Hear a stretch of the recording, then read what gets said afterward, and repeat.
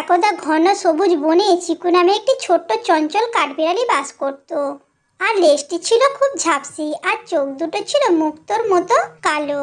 চিকুর সবচেয়ে প্রিয় কাজ ছিল গাছ থেকে গাছে লাফিয়ে বেড়ানো এবং খাদ্য সংগ্রহ করা। সেই দিন সকালে চিকু তার মায়ের জন্য কিছু মধুমাখা আখরোট খুঁজতে বেরিয়েছিল। সে দেখতে পেল বনের মাঝখানে একটি বিশাল ওক গাছ, তার উপরে একটি পাখির বাসা। চিকু ভাবলো নিশ্চয়ই এর আশপাশে সুস্বাদু কিছু মিলবে। গাছে ওঠার সময় চিকুর নজর পড়লো নিচের মাটিতে।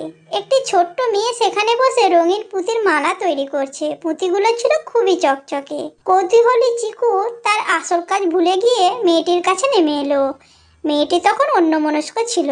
এই সুযোগে চিকু একটি লাল পুঁতি তুলে নিয়ে দৌড়ে গেল একটি গাছের ডালে। মেয়েটি তখন দেখলো তার পুঁতি চুরি হয়েছে। সে হেসে ফেললো।